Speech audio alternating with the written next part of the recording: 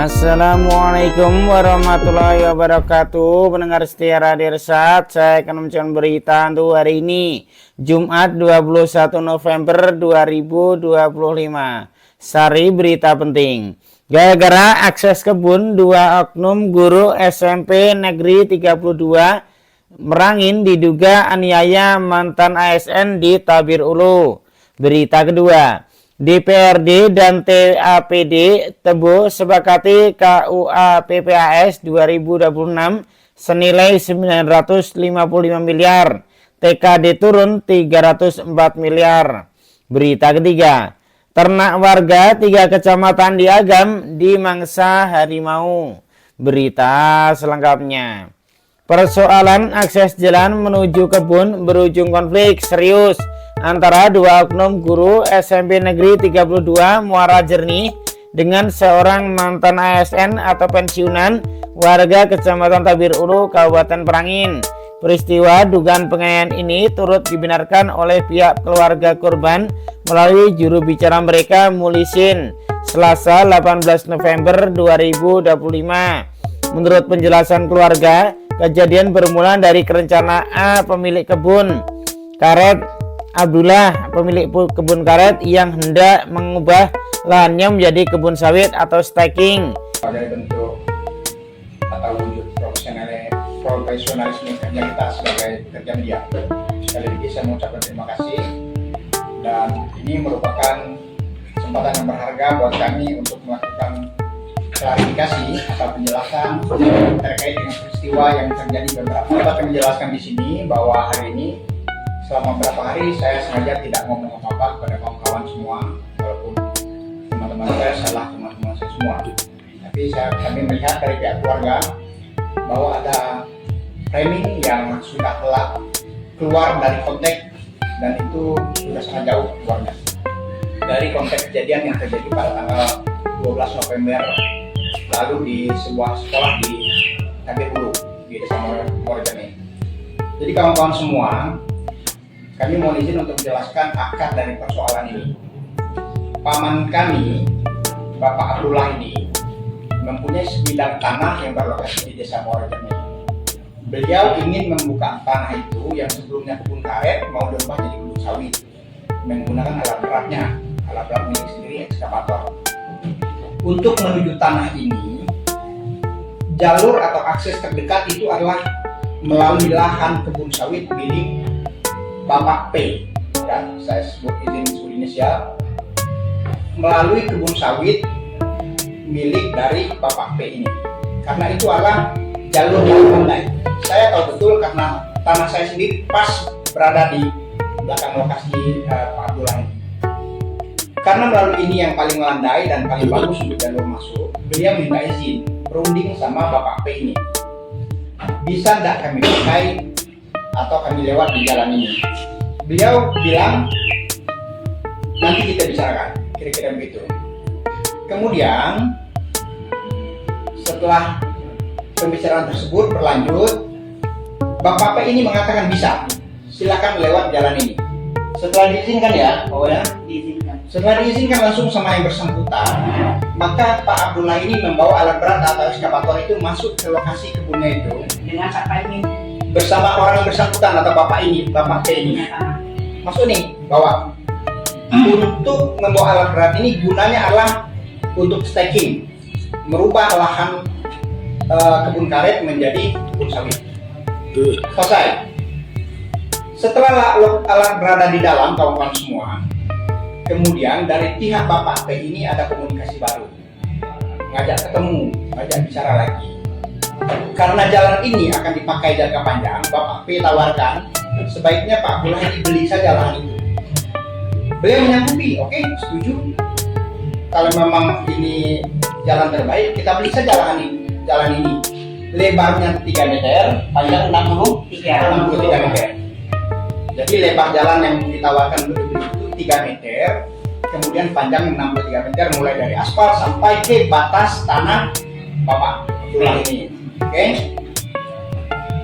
Harga yang ditawarkan oleh Bapak P ini adalah 30 juta. Ya. 30 juta nih untuk lahan lebarnya 3 meter, panjangnya 63 meter. Kemudian dari pihak orang tua kami nawar, kalau 30 juta, lebarnya 3 meter, panjangnya 63 meter, rasa-rasa tidak mungkin. Ini bukan kota Batu, ini yang dusun. Dan ini juga nanti jalan akan dipakai bersama-sama. Beliau Bapak P juga boleh mengeluarkan hasil kebunnya melalui jalan ini. Ibu kami ini mengatakan, kami sanggup beli dengan harga 10 juta. Oke, kemudian terjadi nego lagi. Beliau katakan kalau 10 juta beliau nggak bisa, nggak mau berikan harga 10 juta. Turunkan harga jadi 28 ya, 28 juta. Artinya dari rank harga ini tidak ketemu pembicaraan ini. Nah, karena pembicaraan tidak ketemu, terputus di situ dan Bapak Abdullah mengatakan oke, kalau memang tidak bisa bicara lewat jalan ini, harganya tidak ketemu, kami tidak jadi gunakan jalan itu. Clear urusan sebenarnya, tidak ada masalah lagi. Dan orang tua kami Bapak Abdullah kemudian membuat jalan sendiri lewat sana jalan di sekitar jarak 200 meter dari tanahnya Bapak P. Tidak nyentuh sama sekali jalan dia ini. Itu sudah dibikin. Kemarin saya pulang kampung ke Muarajambe, saya lihat sendiri jalan itu. Jalan itu sudah clear. Nah, kemudian beberapa hari kemudian, karena urusan jalan ini sudah selesai, menggunakan jalan yang tidak boleh. Kemudian Bapak Abdullah juga sudah berjalan sendiri. Lalu orang tua kan Pak Abdullah ini dengan niat baik juga mendatangi keluarga dari Bapak P ini. Ketemu sama istrinya pernah, mau ngobrol. Bukan niat jahat, mau ngobrol. Nah, tapi orangnya tidak ada bersangkutan. Sampai kemudian orang tua kami Pak Abdullah ini datang ke sekolah tempat beliau mengajar. Apakah beliau langsung melakukan tindakan penyerangan? Tidak sama sekali, saya pastikan tidak. Pak Abdullah datang ke sekolah ini tidak menemui Bapak P, tapi menemui kepala sekolah. Nanyakan sama kepala sekolah yang juga masih keluarga sebenarnya ini, ada enggak Bapak P ini di sekolah? Ada hal yang mau kami bicarakan. Kata Pak kepala sekolah ada, tapi beliau lagi ngajar, sebaiknya tunggu saya ngajar. Oke. Kemudian orang tua kami Pak Abdullah ini menunggu beliau selesai ngajar sekitar 10 menit ya, nunggu sekitar 10 menit. Selesai beliau mengajar, Bapak P ini keluar. Orang tua kami mengatakan, Pak Abdullah ini mengatakan, tidak masalah, kami tidak bisa lewati jalan itu. Toh kita negosiasi juga kan tidak bisa, tidak ketemu harga nih, Pak Jer. Harga tidak ketemu, bisa selesai dan kami juga sudah bikin jalan sendiri.